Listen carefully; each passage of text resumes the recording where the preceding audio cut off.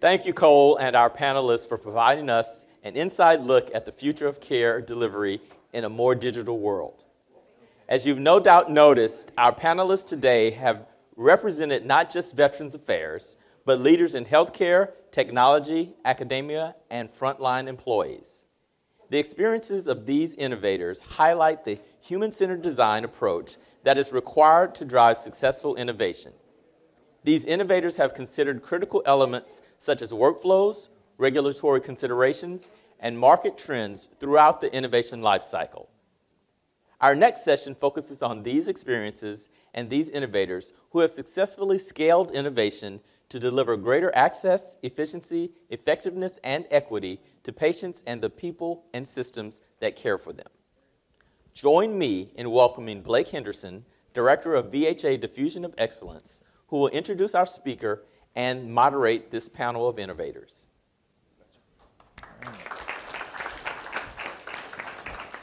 Thank you. So this is it, huh? This is the pre-happy hour crowd? All right, thanks for staying with us. My name is Blake Henderson. I'm director of a program called Diffusion of Excellence.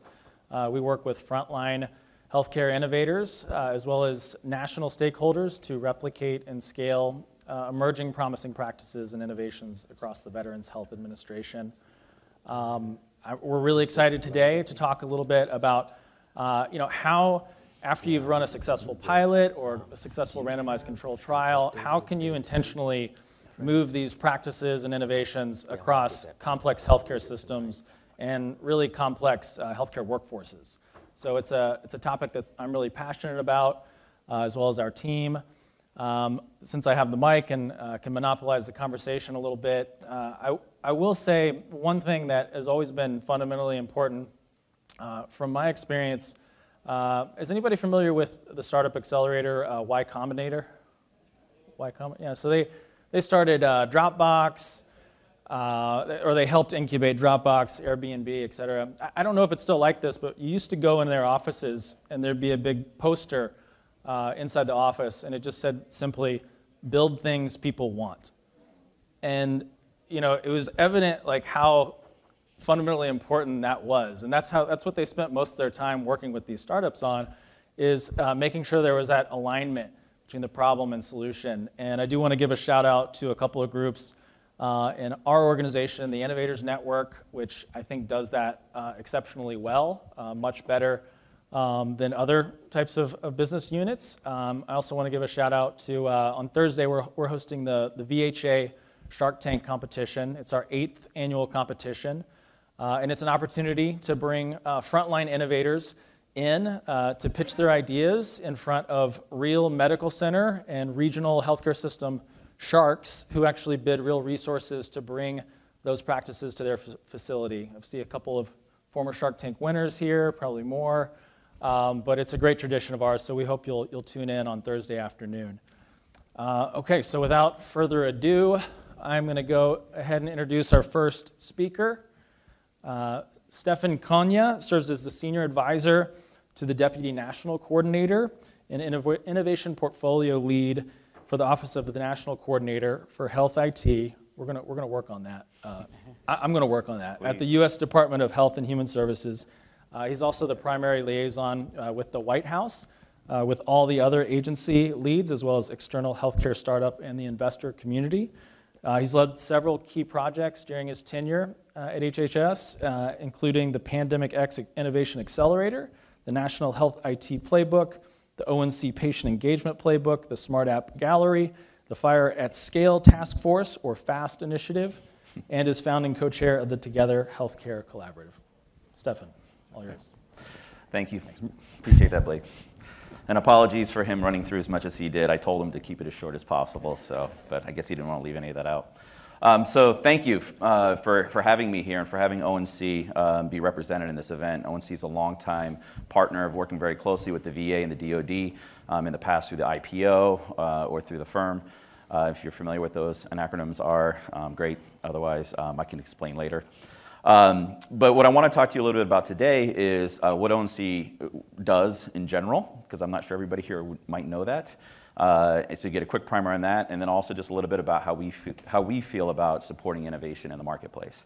And that includes in every healthcare setting, even with the VA and the DoD, and seeing what we can do to help support the work that they do. So with that, a bit of history. You can think of ONC growing up in three key phases of our life.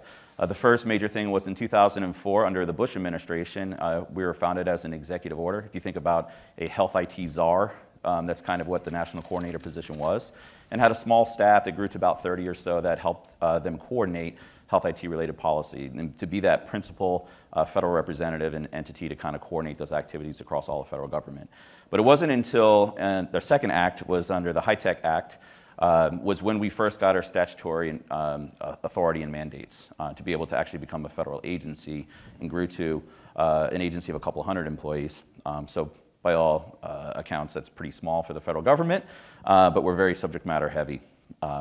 So in that, that's really with the Meaningful Use Program, in a number of other incentive programs, that's where we first started to move the whole country from going from paper, manila folders, filing cabinets for how healthcare was organized and maintained, healthcare data, to moving it into an electronic format. So at 2008, about 8% of all healthcare information was in a digital format. Fast forward to around 2016, 2017, it was now flipped where it was about 97% or so is now in electronic format. So we kind of checked the box on that first task, but the second task we were also given was to make sure we supported interoperability. And the 21st Century Cures Act is something that really helped us close up a lot of the loopholes, information blocking tactics, things like that were going on in the industry. And we're still implementing that, had some big dates that hit this year that I won't talk about in this presentation. But that's kind of like our latest guiding light is the 21st Century Cures Act.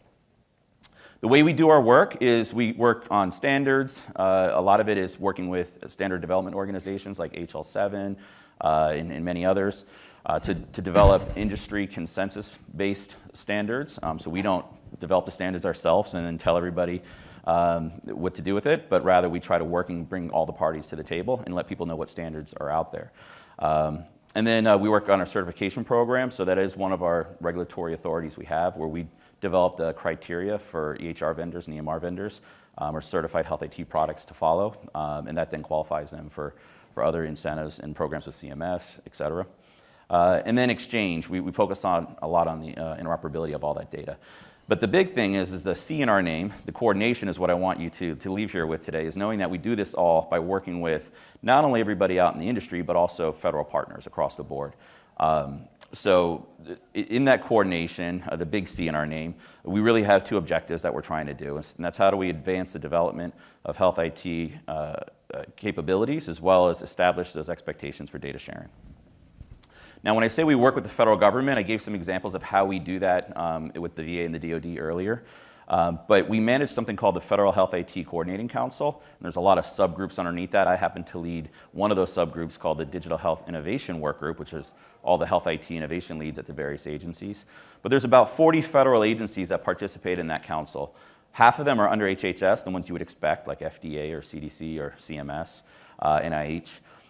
But then the other half, or actually maybe even a little bit more than that, are outside of HHS. And a lot of people don't realize that. So we work very closely with agencies, like I was telling somebody earlier, the United States Postal Service, which you might ask yourself, why are you working with them on health IT?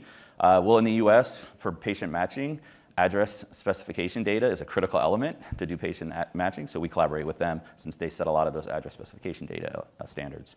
And then we work with a litany of other agencies as well that have some kind of a health IT angle to it. Now, as far as the innovation portfolio, in my role specifically, what I do at ONC, under the HITECH Act, which was again our initial kind of mandate, we're still responsible to that. A lot of people don't realize that some of our duties that are given to us are pretty audacious. One is around creating a more effective marketplace for health IT and greater competition. And the way that we support the innovation community, I think, is our best way at getting at that. It challenges the status quo and makes sure that competition has a way of being prevalent. So to figure out how we're going to engage and support the innovation community, I came up with a definition back in 2015, and we've tested it and tweaked it a little bit over the years. But for the most part, hopefully, if you consider yourself an innovator, you could see yourself represented in one or many of these categories. And specifically, the innovation program that the VA and the VHA has been running, which is an amazing program, I would say definitely helps fit the mold of that fourth one, which is basically an effort to try to support all the people above, right? Those early adopters, entrepreneurs and developers, both inside and outside of the VA, as well as investors ultimately that are looking to fund these types of innovations. Now, the federal government, and specifically our agency as well, when we look at how do we support innovation and why do we do it, I break it down into kind of three key stages, kind of an innovation life cycle, right? And at stage one, we've done a lot of work over the years, challenge competitions, ideation challenge competitions, white paper competitions, things like that, research grants. We do a lot of other work to kind of spur that initial idea or spark that initial problem that needs to be solved and identifying it.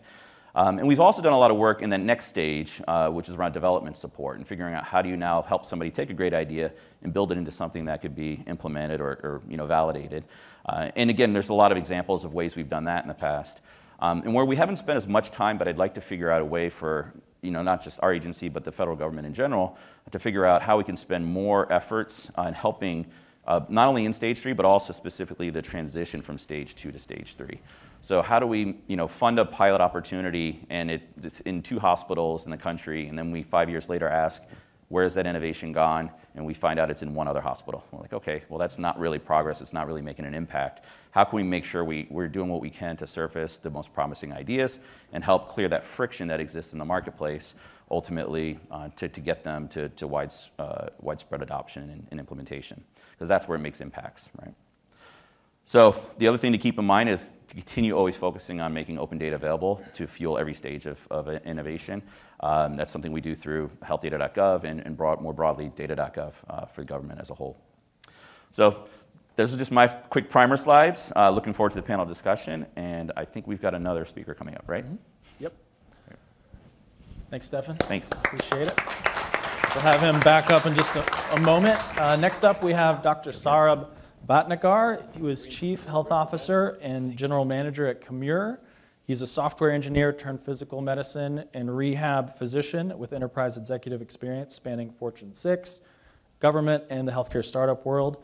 Also proud that Saurabh is a former colleague of ours at VHA for 5+ years, working as Undersecretary for Quality, Safety, and Value. And today he's going to tell us a little bit about his work at Commure. Please welcome Dr. Bhatnagar. Thanks, Blake. All right, thanks so much for having me. Excited to talk about 2 of my favorite topics, healthcare and technology. And a little bit about what we're doing at Commure, but really this concept that we're going to be discussing in the panel discussion about scale and what are some of the challenges to scale and how do you go about scaling. But first, before we get into tech, when you see this picture, just put your hand out and try to open that door. What do you all do? And I know, yeah, we're hearing a few different things. Some push, some pull, or some just jiggle the handle, right? It's like, oh my God, this door is not opening.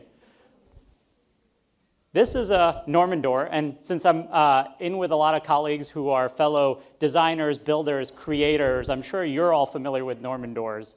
But this concept, why I always like to start with this concept is thinking about design principles first. So Blake mentioned my first role, even before I became a physician, I was a software programmer, and actually I was focused on user experience and user design, so UX, UI type work, software development. And it really, what it created for me was the foundation of thinking about, in all types of work, where does technology play a role?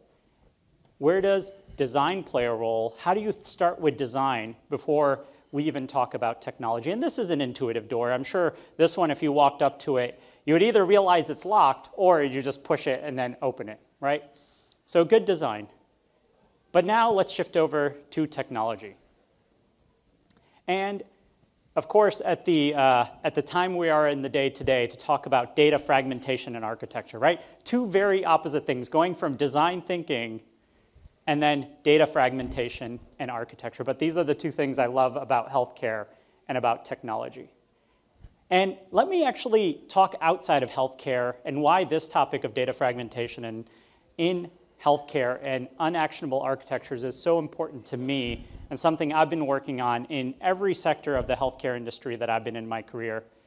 I want you to think back to 1973.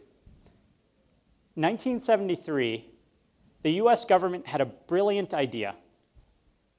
Fast forward 1993, 20 years later, they implemented that idea. Fast forward to 2000s or so, that idea started getting utilization, that architecture, that information, that data, started getting utilized in ways that would have never been imagined in 1973. And then fast forward to around 2010, that idea is now at scale, and most of us use it, regardless of where we are, whether we are in Washington, D.C., in Boise, Idaho. You get out of the airport, you pull out your phone, and how many of you hail a cab still? Raise your hands if you hail a cab. Or you just pull your phone out and you call a ride. And it finds you where you are. And it has your location, has your billing information, your credit card information. So what was started that really allowed that idea to flourish in terms of fragmentation and architecture? What the US government decided in 1973 was, we are going to put satellites into space, and we are going to create a GPS location system. And then in 1993, that GPS location system was working around the planet. It was initially mainly used for Department of Defense and other military industrial uses. But soon, I mean, imagine today creating a ride-sharing application without that architecture, without that data actually working. And that's simple data. We'll talk in a moment about healthcare data, and that's what I'm excited to talk to this panel about as well, is how do you scale some of these things. But think about even simple data such as GPS location, so latitude, longitude, a few other data elements just to do ride sharing, the amount of time that really took that idea to scale. 1973 until about late 2010s, since it became pretty ubiquitous that you could do ride sharing from your smartphone in your pocket. But let's go back to healthcare for a moment. Lots of data that's created. This is 80 megabytes per patient per year. That's a lot of latitudes and a lot of longitudes. Lots of data. 26.4 petabytes per year across the US alone. And so you stack that up. I mean, if any of you still have CDs sitting in your basement, I know I do. If you stack that up, you get every year a Mount Everest size of healthcare data that is created. Again, data fragmentation, data architecture. You think we would just be singing in the rain with all this data, and healthcare is so easy for physicians, for clinicians, for nurses, for case managers, for patients. But it's really not. It's not much further along than where it was not too long ago. The office space, the clinic space, still very much feels like this. And let me just show you another data element of where healthcare data is going and the opportunity you all have as builders, as designers, as creators. So you see media and entertainment. About 20% of structured data is actually used in media and entertainment. See financial services, about the same. See manufacturing, around 10% of healthcare data. Now you all know what the punchline is going to be. I'm going to show healthcare on here. Where do you think it's going to be? That is the amount of data that is actually used in healthcare versus how much data is generated in healthcare. Quite a discrepancy and quite a long ways to go. Or the other positive way to look at it is a lot of low-hanging fruit for us to be working on and easy solutions to be able to work on. So the data is growing exponentially. Most of the data goes unused.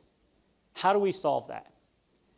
There's lots of different systems of record. There's lots of different systems of engagement, but there's oftentimes a pipe missing in the middle or some connectivity.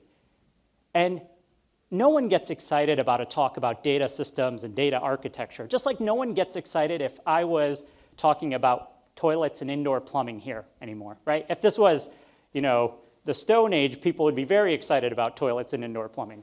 But nowadays, it's just commonplace because it works until it doesn't.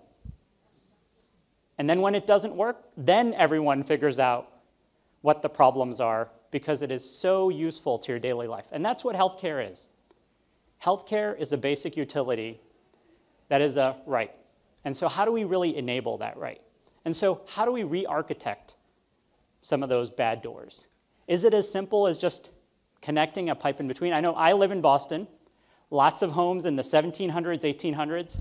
I know if I was redoing my house, I would not just put a pipe between the two old pipes that were there, because that still wouldn't solve the core problem of giving me clean drinking water that I could use. So it's not as simple as just installing a pipe between these different systems. And healthcare, as we all know in this room, is much, much more complex. There's a lot more pipes, a lot more interconnectivity, and frankly, a lot of very useful systems. What I see happening in the industry over the last 10 years is there's been a lot of great systems that have been created that really have moved healthcare digitization forward. So I'm not saying most of those systems are bad and we need to throw them out. I actually am saying that there is some of that architecture is there, some of that plumbing is there. We don't need to go in and replace all of it. But there is an opportunity to think about what is the next evolution of that healthcare utilization look like and that data utilization. And so how do you replace those bad doors? And then how do you really do this at scale?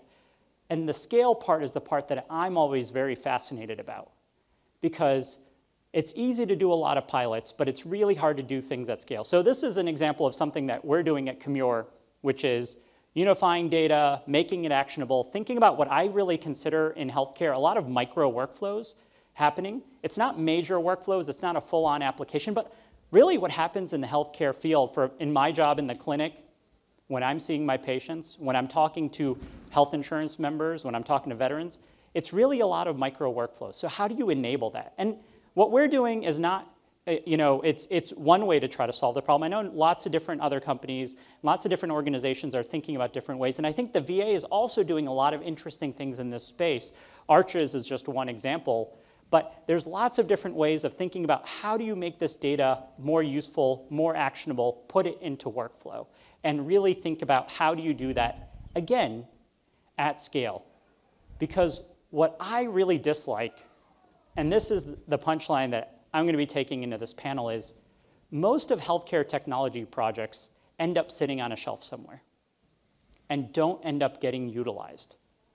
And so even if you create an interesting technology, write a lot of code, that's great. You built a lot of product.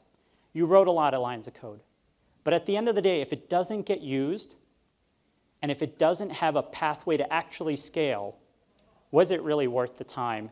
And that's something I'm really excited to chat with the panelists, Blake and my co-panelists, to think about how do you construct a project? How do you think about pilots? How do you think about scale to really allow lasting innovation to occur?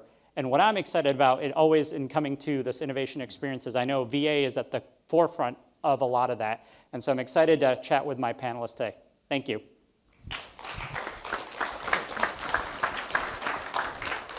All right, let's go ahead and get everybody up here. All right. Thank you, Saurabh. Great to see you. Thank you, sir.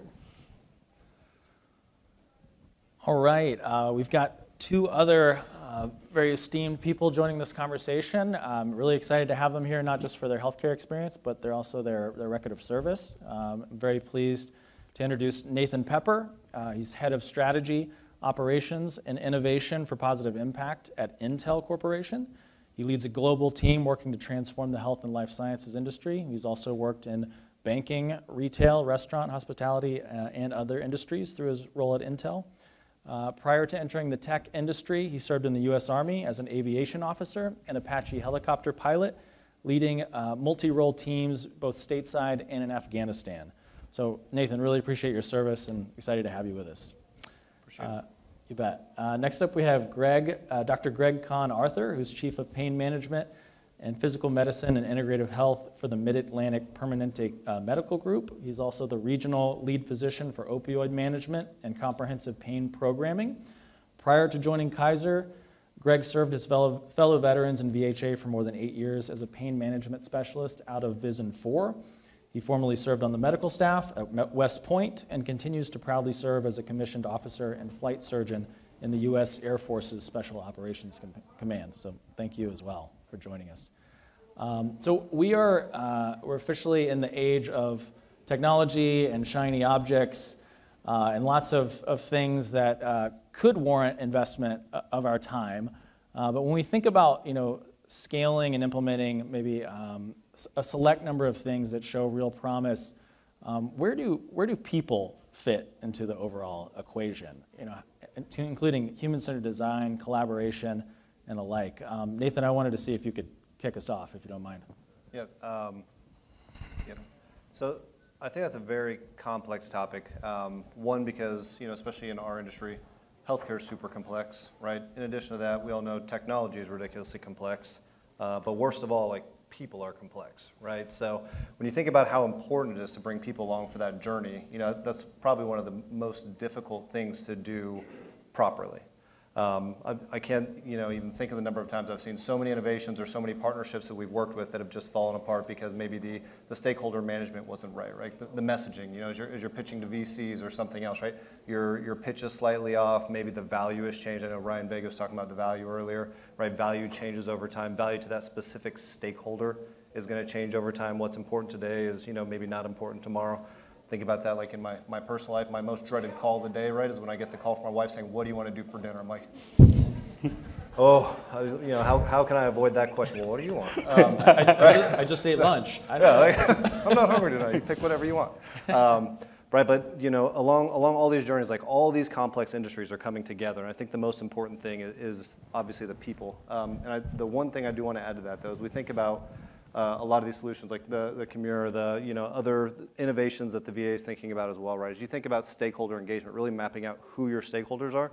Your stakeholders are not only the people that are just trying to, solve that specific problem that's already in a ridiculously complex space. It's the people that then have to manage it, that have to secure, right? Shout out to all the health IT or biomed folk that are, running around fixing devices, security patches, upgrading things over time, swapping devices out as they're, coming and going or need to be updated. So really mapping out all those stakeholders that are out there, I think is a very, very important topic to discuss and think about.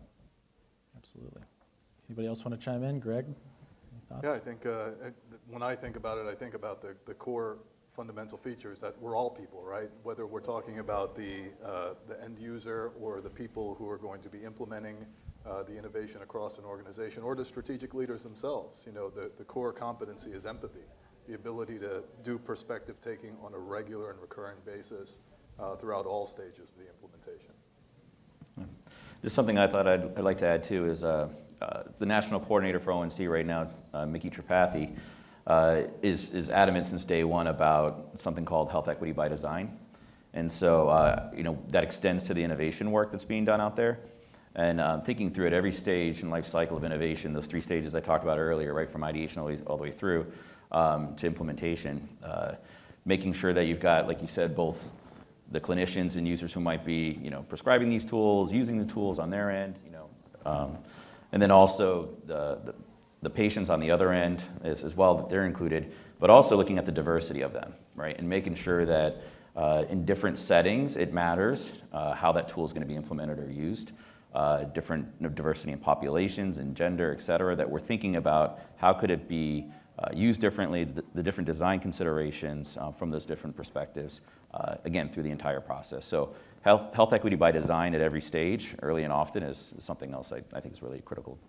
And one thing I would add to that is this concept that you just talked about there of co-design, right? Really bringing in the stakeholders, bringing in the veterans, the caregivers. I think this is one aspect that the VA does really well of bringing veterans and their family members into the solutioning process, and not after the solution's been already created, right? That's not co-design. Co-design is you're kind of still maybe at the problem space, and you haven't even maybe clearly defined the problem, and you bring in those end users, those end consumers, those veterans, those family members, and the same in the commercial space when you're thinking about healthcare technology, bringing in clinicians, bringing in payers, bringing in members into that process very early before you have a baked idea of what you want to do. I think that's a really important aspect of design that Nate just touched on. Yeah, I appreciate what Stefan's saying about you really kind of have to build into your model where you almost go back to the starting point again and reaffirm those perspectives and values. We're working with a technology developed by a colleague here in the room, Podometrics, to help identify diabetic foot ulcers. And we're in a number of facilities, but we're finding that we actually need to go back to the basics and get back out into the hospitals, talk to these clinicians, figure out how they view the values that they're seeing. So it's a recurring kind of process. I did want to, since we have a smaller, more manageable group, invite anybody to ask questions. If you can just flag someone down with a microphone. Is there anyone here with a microphone? Thank you. We'll be happy to hear any questions from you all. But really, I'd appreciate if you all could share any recent innovation success stories that would kind of bring to life how you've innovated successfully at scale. Greg, I don't know if we could start with you. Yeah, sure. I think I come at it from the chronic pain world. So we have, at Kaiser, we started approaching the problem with the opioid overdose epidemic a little differently. We really came at it from trying to envision what our patients really wanted out of the system, what they needed, and not necessarily what they expected, because a lot of people with chronic pain who are on chronic opioids would expect us to give them more and more opioids. However, a lot of them, when we really sat down and spoke with them, started to evoke what their values were, what they really wanted that pain to be decreased for, what they wanted to get back to. So tapping into those really deeply entrenched values, the things that they want to accomplish, was the key to designing how we would approach it. And so a lot of the same treatments that we would apply to those individual patients, like learning to disenfranchise inaccurate beliefs, or cognitive diffusion, like seeing your thoughts as very compelling but not necessarily true, we found that we needed to do the same thing with our providers. And we needed to do the same thing with the people who were building tools within our electronic health record. So we always used to joke in our interdisciplinary teams as we were developing these programs, don't let the health record push you around. Make sure that if you run into a roadblock where, the system doesn't allow us to do a shared medical appointment, well, let's just create a way to implement a shared medical appointment. And also keeping in mind that you always want to include the patients in this conversation. They're probably the most important people when it comes to implementing solutions, because they're the ones who have to walk through this system. And they may come through my clinic, but by the time they get to the health records department to get their records from the VA, for example, or from the Air Force, all of a sudden they run into this roadblock. So I think it's very, very important, and the core feature of all of this is, of course, having an interdisciplinary team at all levels, because strategic leaders need interdisciplinary guidance before they start doing their embedding mechanisms and putting out the strategic communications, and the patients need an interdisciplinary team to help them shepherd them through this whole entire process and give them the best rounded advice possible. Anybody else want to talk through any recent examples? You go first. Mine's very tech heavy. So I think one of the best, innovations that we've had, would be one that was very, human-centric or end-user focused, being that, and I'll provide some context here in a second, and the other part was just like the massive amount of collaboration because of the complexity of the different industries and all that. So I don't think I'm allowed to say the specific company's name, but one thing that they did was working with partners, they were able to allow the health system as an interoperability platform pretty much. So it's interoperability inside the clinic walls. So not really, back to the cloud or anything else, but within the clinic walls. And everybody kind of has their interoperability solution, but they don't fully interoperate perfectly all the time. So what this one did was the health system itself, right? So like, the VHA, for example, they were the ones that told all the other people that were involved, like, you will interoperate. Like, you are not coming into our health system. This is our house. You can't come in here unless you make sure that this platform can interoperate with your devices. And that was probably the most eye-opening and kind of a lot of tension in the room, I think, and during those conversations that happened.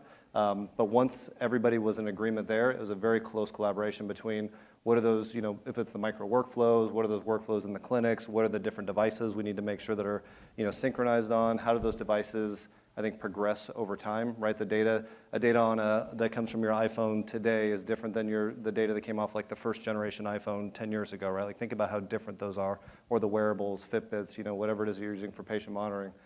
Everything kind of evolves over time.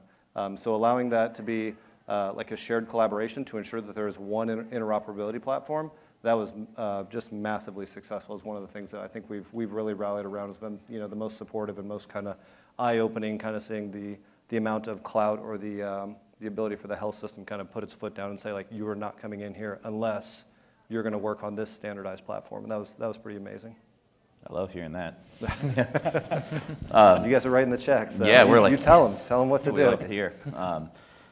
I was just going to talk a little bit about a success story, and one of the things you mentioned earlier in my unnecessarily long intro was on the Pandemic X Accelerator that we put together. And there's a couple things we were proud about it. So this isn't necessarily a specific technology as an innovation that I'm talking about, but more of like an innovation program design and how we had success in that. And so the one thing that we really were proud of was that early in the process, we actually did a lot of stakeholder engagement with the other federal agencies. So we had 7 official federal agencies participating in the design of it, and then in being part of office hours and mentorship to the startups, deciding what categories we wanted to source for. And this was one of the first times we've ever done that, where we had multiple agencies. In the past, you would have like the CDC running an AI challenge, or the Office of the Assistant Secretary running an innovation accelerator. And this time we had FDA, CDC, CMS, ONC, ACF, all these different agencies that signed on officially to be part of it. So that was great. And the second thing was that we took my boss's directive seriously, and we baked in health equity by design into the program. And so every application reviewer that was involved in reviewing the 1,000 or so applications of startups that were applying to the accelerator and whittling it down to the final 15 who got into it through multiple stages of review, every application reviewer had to go through anti-bias training and actually think through, am I evaluating this startup or this entrepreneur and their solution basically on its credibility, or are there other biases that might be creeping into this decision unknowingly? And then also the third thing we did on that was around the criteria. We didn't have a criteria that said we must have a certain number of minority founders or female founders or whatever, but we did have something that said that the solutions that are selected, there was a percentage of like how is this solution going to be used in different communities, and are they looking at health equity in some way? So is it being designed with the community in mind? And the startups would have to explain essentially like how they actually are looking at the diverse populations they're potentially servicing, and how is that being baked into it. So that was the scoring criteria. And what resulted was we got extremely diverse solutions for the communities that they were serving, the populations they're designed for. But also we did get, by stroke of luck, I think some of the bias training had something to do with this. We did get 66% of the 15 startups that got selected were minority and co-founders or founders, and then about the same percentage were female-led as well. So in some cases it was a female minority, but so we had great diversity in the representation of who actually made it into the cohort. So more emphasis on design up front to get the outcomes. Just that in you want. the program itself. Yeah, that's great. Saurabh, any? Yeah, I mean, one of the most recent ones, I feel like every year there's something, regardless of where I'm at, something interesting happening in the healthcare tech space. But one of the things that we're working on right now at Kimura and scaling, and we're at that scaling phase, is actually workforce transformation. So, and how do you do that for your clinical care teams without having them go into like 5 different systems? So how do you do, I'm doing my clinical care, I'm trying to take care of my patients, and then I have to figure out what my shift scheduling is. Can I do that just on one platform in one interface, rather than, I have to get out of my daily workflow, go somewhere else, and also which causes quality and safety errors, right? Like cognitive shifting, as we all know, causes quality and safety errors. So like, can I just do that in my workflow to be able to exchange a shift, do that a lot more seamlessly? It's amazing to me now, some of the stuff that we're doing with health systems at scale, and that's why I say like it's very exciting, because there's a lot of low-hanging fruit that would just make the lives of our clinical care teams so much easier when they're using a lot of these technology systems and interfaces. And so one of the things, like I said, I'm most excited about is what we're scaling. We're in the phase of scaling right now is how does staff such as nurses, physical therapists, any of these type of shift workers, how do they do that scheduling in the same system and platform as they're doing their clinical care, in the same system and platform that they're messaging to their other care team members without having to get out of that interface and go somewhere completely different and do that at a separate time, like on nights and weekends. Yeah, it's a killer if you can't if you can't work through that workflow. If your workforce can't show up to work and they don't know when to, yeah, it's hard to enable a healthcare system. Absolutely. My brother is a former physical therapist. He stopped doing physical therapy, but I used to joke with him that we're in like the enlightened dark ages of healthcare. We have all this technology, but we still kind of subject our clinicians to these really challenging experiences day in and day out. So I think we may have a question, if I'm not mistaken, or are we, or, oh, here's a question over here. Hi, everyone. Thanks very much for being here. At different points today, we've talked about the importance of being comfortable taking risks, the importance of not letting perfect be the enemy of the good. What strategies do you all have? What has worked when you've tried to move forward with incomplete information? Great question.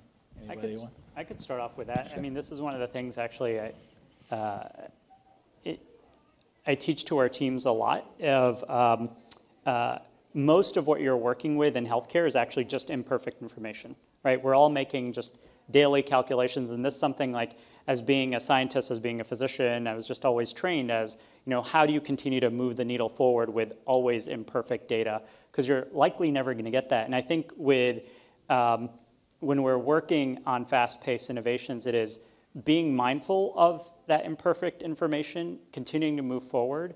But the thing is, like, it's not about breaking things or making bad judgments, right? Just because you have imperfect data doesn't mean you have to make a bad judgment. So how do you make the best next step or next idea of what you need to do in your process or your project?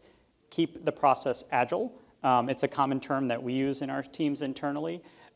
Continue to iterate. So similar to like a PDSA, Plan, Do, Study, Act quality improvement cycle, doing a lot of work with innovation, with technology is not very different in that you can continue to move very quickly. You still do it in a very high quality manner, just like a PDSA cycle, but you're never going to have a complete turn of the circle before you have to make that decision of, we're going to invest in this solution, or we're going to change this workflow, or we need to bring in this clinical team to help us solve this problem. You're kind of always in that ambiguous space, but it's about enabling and creating a safe space to allow your teams to be able to do that, move that judgment forward so that you're constantly moving forward and always thinking about that quality of it.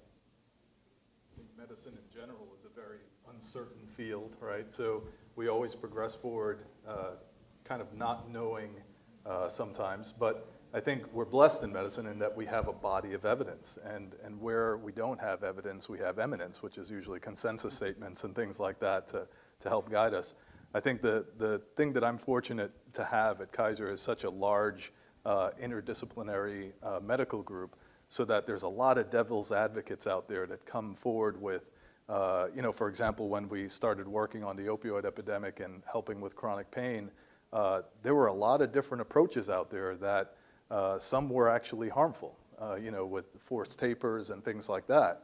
And it wasn't until we had people measuring outcomes in a certain way, using specific tools, and we got those tools from people who would raise their hand and say, well, you know, wouldn't this increase the rates of depression, or wouldn't this increase rates of suicide, or things like that, or hospitalizations and things like that.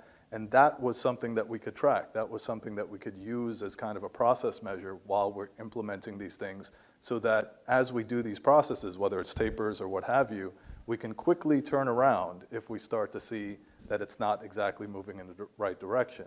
Luckily, we didn't necessarily have to do that. We kind of thought well enough ahead of time to implement really value-based, motivational interviewing kind of interventions. But I think the ability to take criticism and the ability to listen to the devil's advocates in your group to formulate ways of looking out for those things, that's extremely important as you venture into the unknown. I think another part with that is like the shared risk. I think if you're worried about risk, like shared risk in your partnerships and your collaborators, like as you identify those collaborators or the people that are part of the solution or intervention or whatever it is, that you're all like strategically aligned. Everybody in general is driving towards the same thing and don't have kind of things that are going to take them down different paths, so that as we're working towards maybe one direction of solving this problem, I want to do something completely different and kind of take it off the rails, then it goes nowhere, or you assume the risk because you continue by yourself, and I just kind of politely take myself to the door. So I think that's a very important part of kind of the collaboration and kind of who you choose to collaborate with, and understanding what their kind of incentives or motivations or what like their strategy is as part of that solution.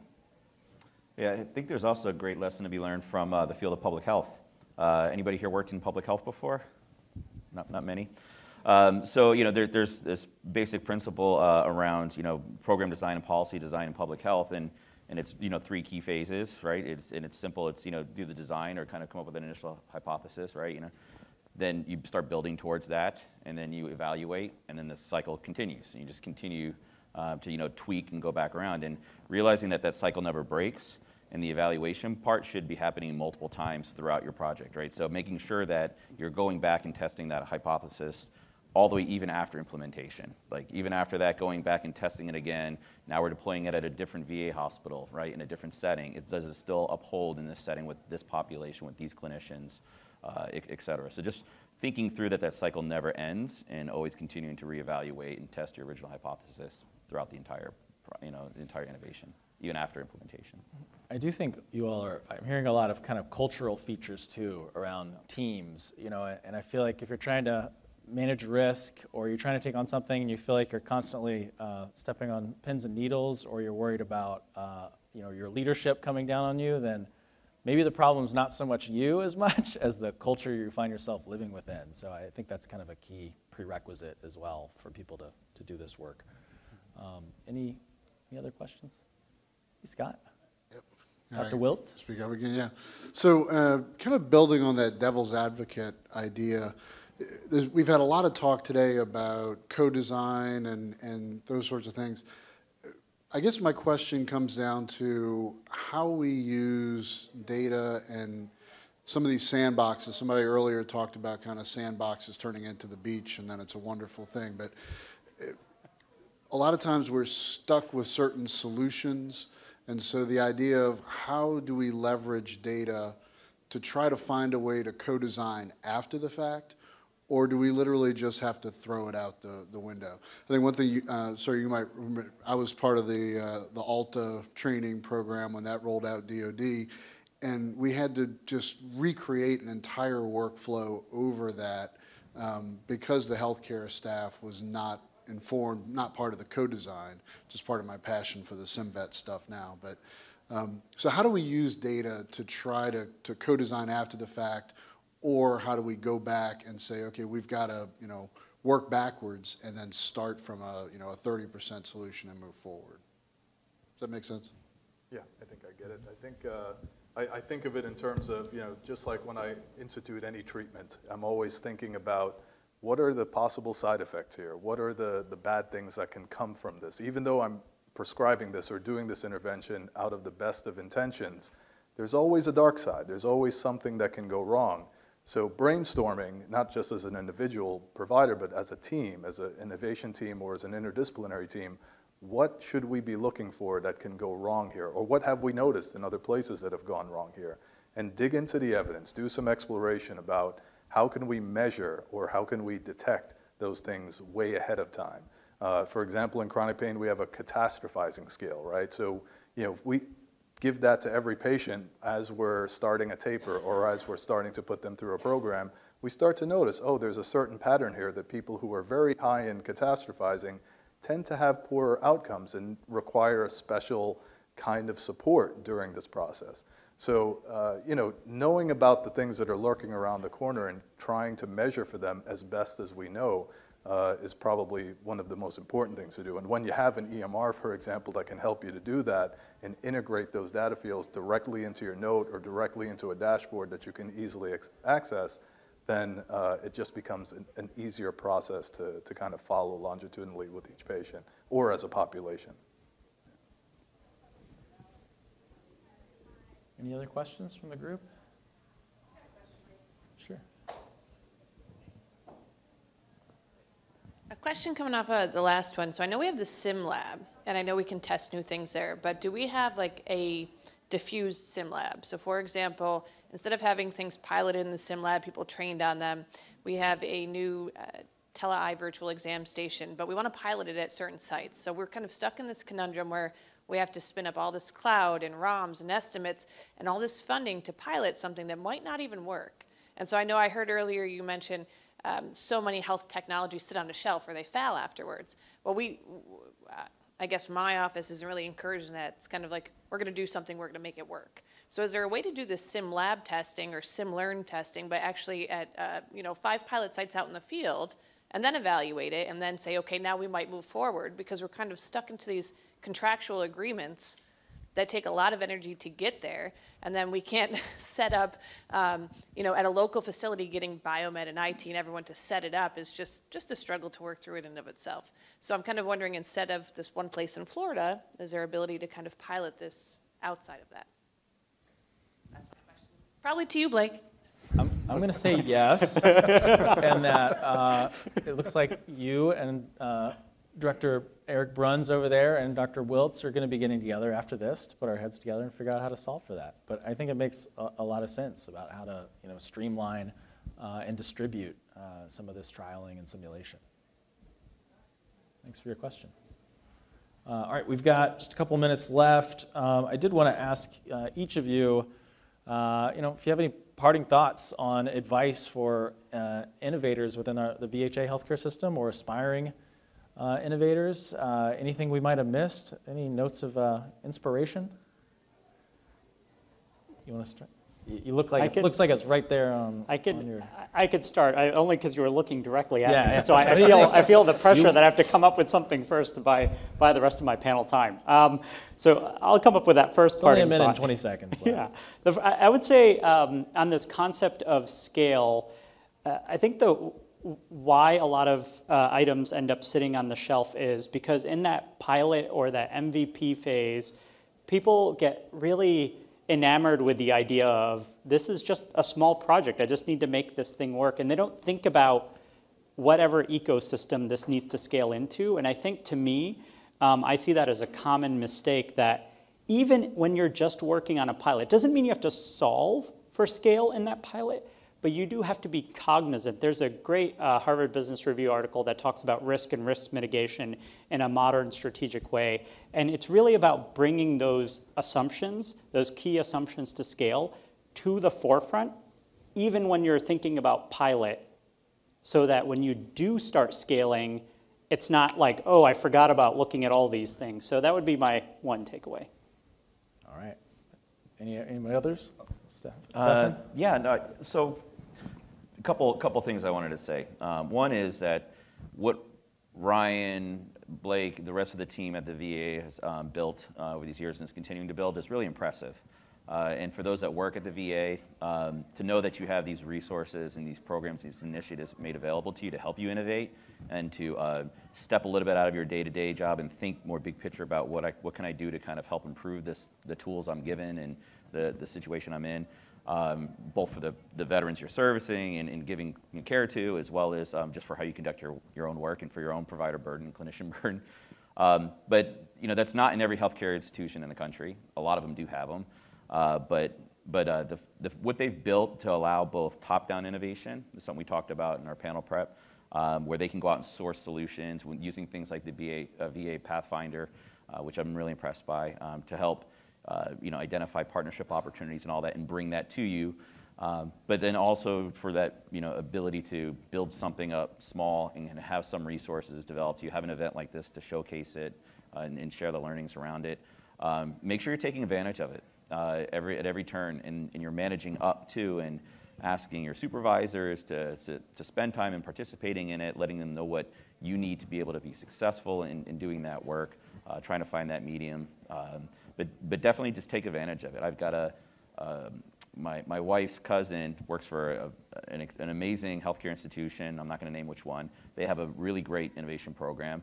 And I asked her, it's like, oh, do you take advantage of it? And she's like, I don't have the time. And I was like, well, are you satisfied with everything you have? And she complains about a lot of things that she does, even though it is at this premier institution. And it's like, well, you got to take advantage of the things that are, find the time for that. Otherwise, it's always going to stay the same, right? And so that's just one. Make sure you're managing up, you're taking advantage of it. And so I'll probably just leave it there. But Thank you. I think we're going to wrap up on that note, but I really appreciate our panelists joining us today. Saurabh and Greg, I've been told to relay that we'll take you back at any time. So, just give me a call. Nate and Stefan, thanks so much for all your contributions today. It's been a lot of fun. Thanks everybody.